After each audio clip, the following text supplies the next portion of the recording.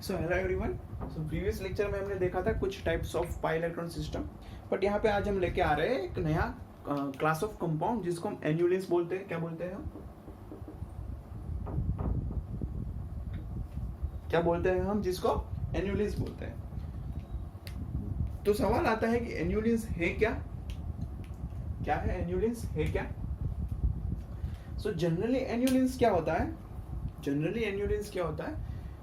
General formula होता है उसका होता है CnH2n, सॉरी CnHn। क्या होता है जनरल फॉर्मूला उसका? क्या आता है? CnHn। सोचिए CnHn यानी कि नंबर ऑफ कार्बन और नंबर ऑफ हाइड्रोजन इक्वल। तो ऐसे एग्जांपल होते हैं, क्या होते हैं? आपने देखा होगा C4H4। क्या होगा? C4H4। C6H6 क्या होता है? C6H6। तो इसको हम इस तरीके से ड्रॉ करते हैं। यह हमारा बेंजीन हो गया, या फिर C8H8।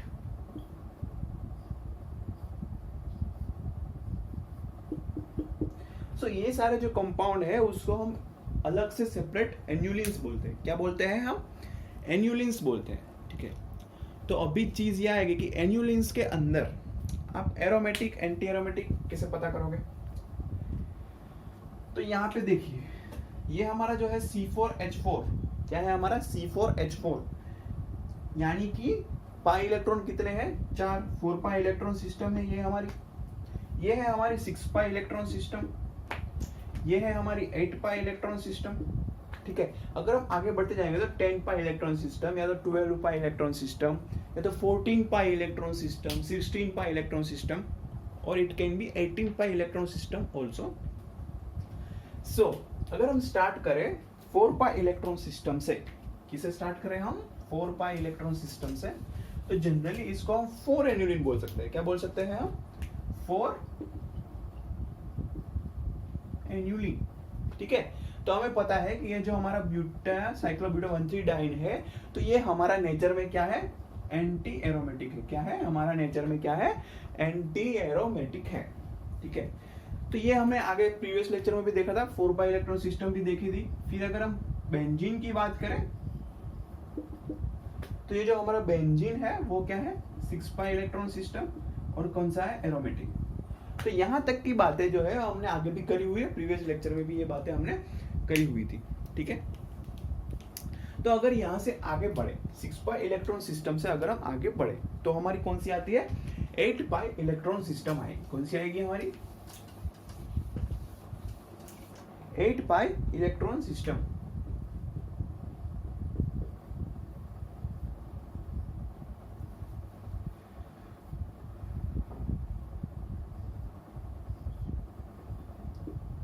तो ये क्या है हमारी? 8 पाई इलेक्ट्रॉनिक सिस्टम।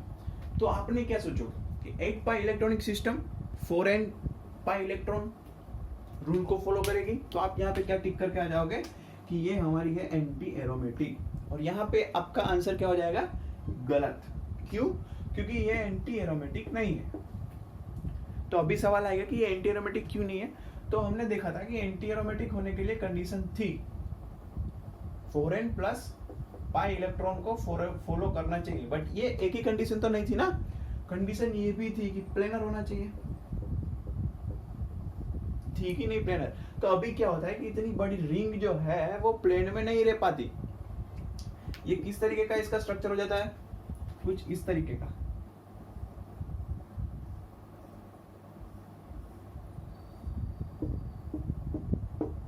तो अब तो ये क्या हो गई? नॉन प्लेनर हो गई। अब यहाँ पर ये अगर नॉन प्लेनर हो गई तो यहाँ पे हम इसको एंटी एरोमेटिक की कैटेगरी में नहीं डाल सकते। कहाँ पे नहीं डाल सकते? एंटी एरोमेटिक की कैटेगरी में नहीं डाल सकते। इसको हम कहाँ पे डालना पड़ेगा? हमें नॉन एरोमेटिक की कैटेगरी में। कौन सी कैटेगरी में? Non aromatic. यानी कि ये वाला जो है वो, सॉरी, ये वाला जो है वो इसका टबलर कन्फर्मेशन है। क्या है? टबलर कन्फर्मेशन है। तो यहाँ पे क्या चीज हमें पता चली कि 8 पाई इलेक्ट्रॉन सिस्टम के अंदर, किसके अंदर? 8 पाई इलेक्ट्रॉन सिस्टम के अंदर यहाँ पे जो है वो रिंग नॉन प्लेनर है, यानी कि ये जो है वो नॉन एरोमेटिक है। तो अगर यहाँ से हम आगे बढ़े, यहाँ पे जो हम चर्चा कर रहे हैं वो सारे क्या है? हमारे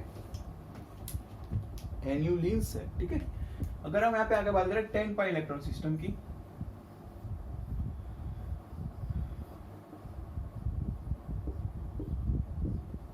ठीक है, तो ये हमारी हो गई 10 पाई इलेक्ट्रॉन सिस्टम।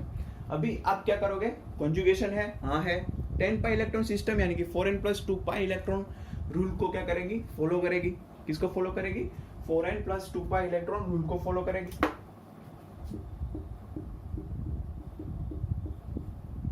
तो आप क्या करोगे, ऐसे आंखें बंद करके एरोमेटिक टिक करोगे, ठीक है। बट ये भी एरोमेटिक नहीं है। क्यों नहीं है, तो ध्यान से देखिए, ये एक साइड की रिंग है, ये एक और रिंग है, दो रिंग आप ऐसा समझ रहे हो कि इस तरीके से प्लेन में है, ठीक है, इस तरीके से प्लेन में है। बट यहाँ पे क्या होता है, यहाँ पर भी एक हाइड्रोजन है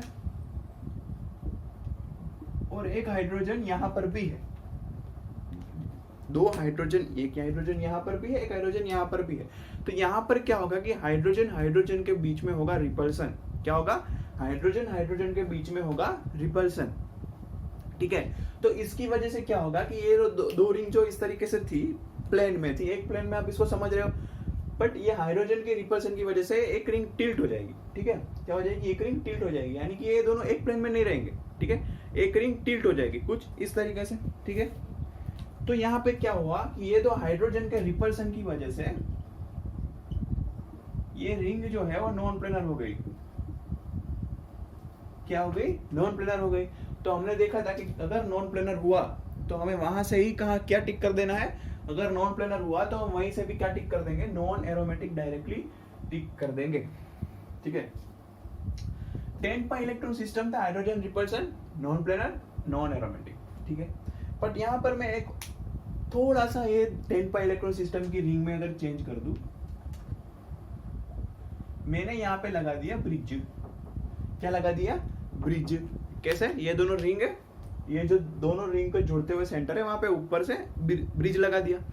तो अभी क्या, अभी भी ये नॉन एरोमेटिक है, अभी भी क्या ये नॉन एरोमेटिक है। तो इसका आंसर है नहीं, अभी ये बन जाएंगे एरोमेटिक। क्या बन जाएंगे, ये एरोमेटिक।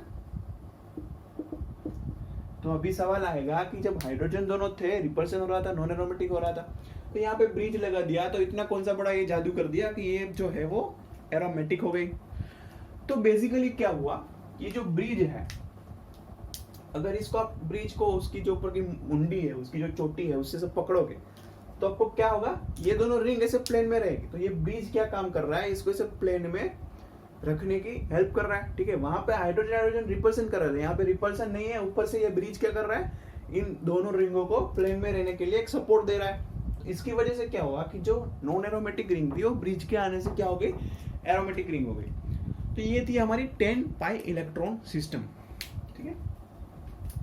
यहां से अगर आगे बढ़े हम तो अब बात करते हैं कुछ इंटरेस्टिंग एन्यूलिन्स के बारे में।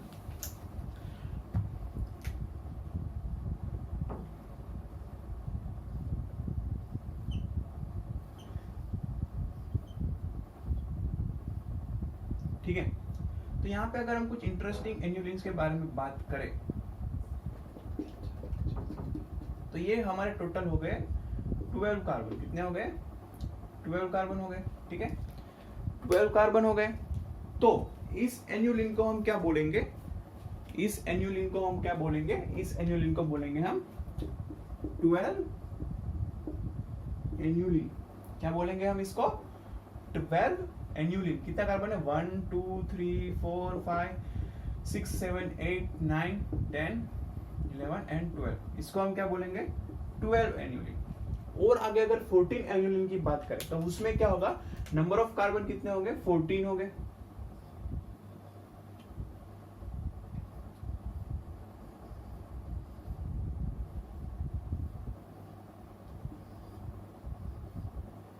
नंबर ऑफ कार्बन कितने होंगे, 14।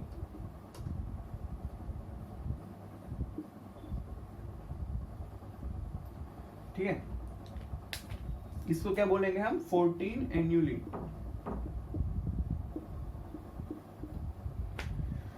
क्या बोलेंगे इसको हम, 14 एन्यूलिन। तो यहां पे देखिए, 12 पाई इलेक्ट्रॉन सिस्टम है, कहाँ पे 12 एन्यूलिन में।